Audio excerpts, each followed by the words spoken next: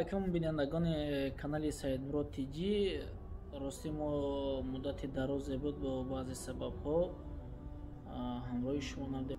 Баъзе хабарҳои хуш аст, ба саҳми шумо мерасонем. масъалаи коронавирус ҳаст.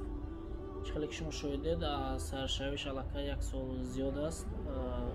ҳатто вақту соатҳое буд ки баъд аз Хитой дуюм ҷо Кореяи Ҷанубӣ буд. Мақсад ки шахсоне бисёр ба ман менавистанд ки раҳо боз шуданд, биё мо биёем, ё ин ки чӣ хел биёем. Халас ҳамин масъалаҳо қатъи бениҳоят зиёд аст. Аслан дар инстаграми ман ки Саидмурод Давлатбеков аст, инстаграми ман бисёр менависанд бародаро, ё ин ки апоҳо, модаро, хоҳаро менавистанд.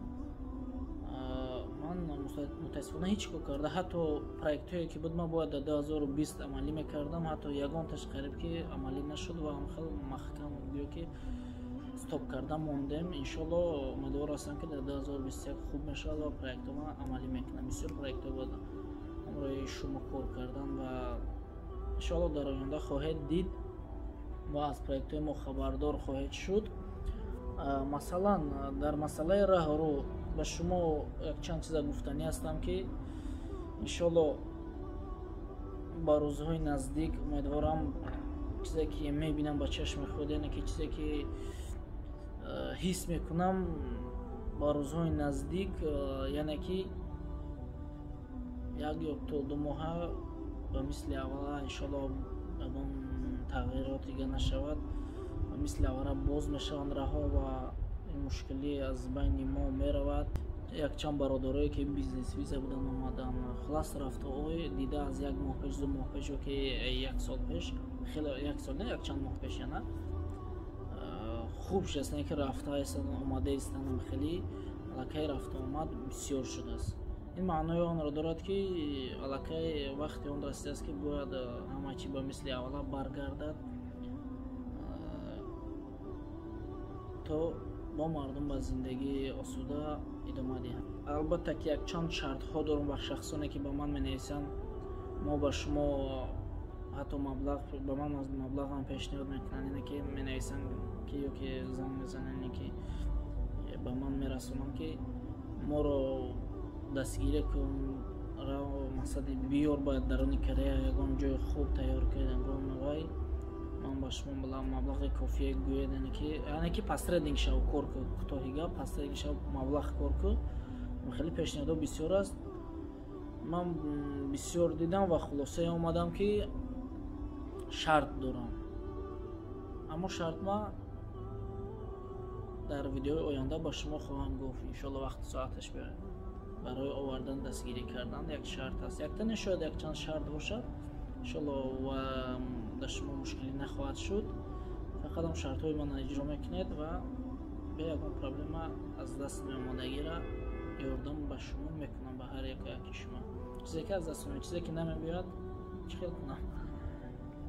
Ва баъдан шахсоне ки гуфтанӣ ҳастам, шахсоне ки ният дорӣ ба Кореяи Ҷанубӣ ҳамчун турист, яъне ки сайёҳ, ё ин ки ҳамчун ба мисли мо ё ки ба мисли дигарон кор кардан ё ки студент ё ки дигар, хулас ба кадом мақсаде омаданӣ ҳастед, яъне ки гуфтаи бобогӣ миёнаро сахт бандед. Иншоалло ки умедвор ҳастам рамазона бироред ба хуб, яъне ки рамазона ба ҳазур бироред, метавонед иншоалло сафар кунед. Яъне ки аллакай маълум аст ки иншоалло то яъне ки то ида бояд хуб шавад. Аллакай ин маълум аст. Бо мебинем ягон навигариё шуд, албатта видео карда пешкаши шумо мегардонем ва мо ҳам кор кардаистем. Иншоалло якчанд бародаре аст ки бояд биёяд, ҳамроҳи ба кор кардаистем кани биёянд, яъне дар оянд дар даруни Корея чӣ хел аст. баъд аниқ кишид, ягона кишид ба шумо видео карда пешниҳод мекунем, бародаро роҳ боз шуданд, биёед. Хулас ҳозир яъне ки боз нашудааст. ҳозир ман имина ҳозира нагуфтаистам, чӣ хеле гуфтам баъдои Рамазон метавонед тайёрагитона бинед. Ман муддати барои чӣ барвақт ба шумо эълон кардаистам, худи ман муддати 6 моҳ тайёрагӣ дидагем ба гумонам, 6 моҳ ё 4 моҳ ҳамин хелда тайёр дидам, чӣ хел равам, чӣ хел кунам, яъне ки видеоро аз ютуб тамошо мекардам, хеле маълумотҳо ҷамъ мекардам. ба ҳамин хотир шуморо ба ҳазур нашед, аллакай тайёрӣ ба сафара бинед. ва боз чӣ? Масалан, саволҳо бошад дар комментария нависед, мо вақте ёфта ба саволҳои шумо ҷавоб мегӯем.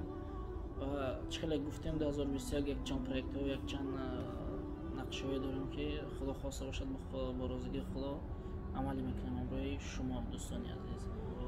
ҳатман лайк мондан ва комментария навистанро аз ёд набароред ва видеоро ба дӯстонатон поделитсия кунед, то дигарҳо хабар шаванд, яъне ки хабардор шаванд. خداحافظ.